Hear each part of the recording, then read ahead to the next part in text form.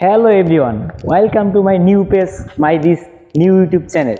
Please subscribe me of the page and YouTube channel. তো আজকে আমি প্রথম ভিলেজ একটা ব্লগ বানাতে যাচ্ছি, যেটা গ্রামের শহর না, কিন্তু যেটা গ্রামের দিকে যাচ্ছি এখন আমি। তো এখন আমি যাব আমাদের গ্রাম থেকে মানে 2 কিলোমিটার হবে, ওখানে একটা বাজারে, ছোট মোটো একটা বাজার, যেখানে নাকি একদম টাটকা টাটকা সবজি পাওয়া যায়। তো আমি আজকে ওখানে যাই দেখবো যে সবজি কিরকম পরিমাণে সবজি ওঠে আর কিরকম পরিমাণে সবজির দাম। তো আমি সবসময় মানে কি শহরের দিকে আমি বাজার করে যাচ্ছি, কিন্তু চরে কিন্তু আমি বাজারে কোনোদিন বাজার করি না, আজকে প্রথম মানে ফার্স্ট। তো আমার সাথে সেই জন্য একজন মানুষ নিয়ে আসছি, কারণ আমি জানি না, আমি কিন্তু চিনি না এখানকার বাজারগুলো। তো এখানে মানে শহরে কিন্তু ফ্রিজে সবজি রেখে বেচা হয়, মানে বিক্রি করা হয়। এখানে কিন্তু সেটা না, একদম টাটকা সবজি খেতে থেকে তুলে এনে বিক্রি করে। তো চলুন শুরু করা যাক। এখানে কিন্তু সৌন্দর্য কিন্তু সে বেড়ে গেছে, মানে দেখেন কিরকম লাগছে, মানে চরের দিকটা দেখেন কিরকম, মানে সেই কিন্তু ভালো লাগে দেখতে, কিন্তু সেই মজা।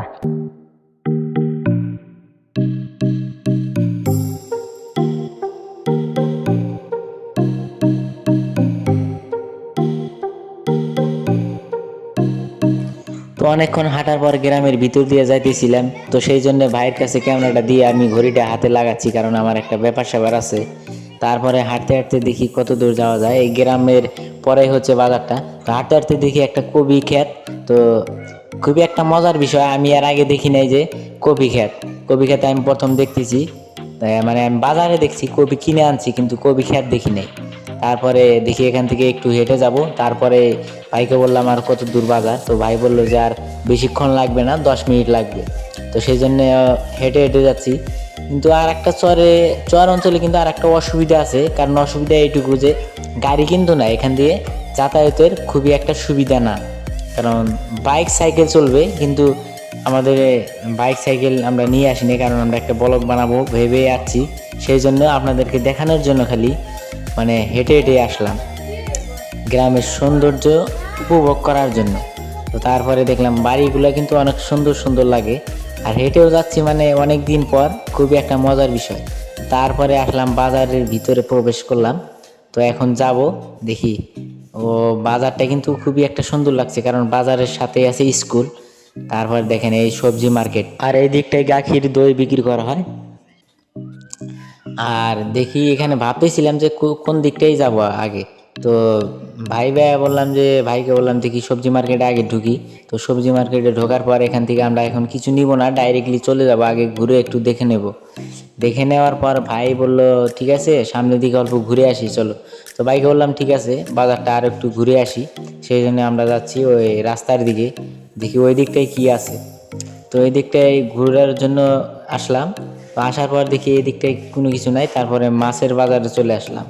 তো ভাবতেছিলাম যে মাছ নিব, কিন্তু তো আমি যে মাছটা নিতে চাইছিলাম সেই মাছটা নাই এখানে। সেই জন্য এখান থেকে চলে যাব, মাছ নিব না। তো তারপরে দেখেন এখানে কিন্তু, আর এটা গাখির দইয়ের বাজার এটা। তো এই দিকটায় আমরা চলে আসলাম এখন সবজি মার্কেটের ভিতরে।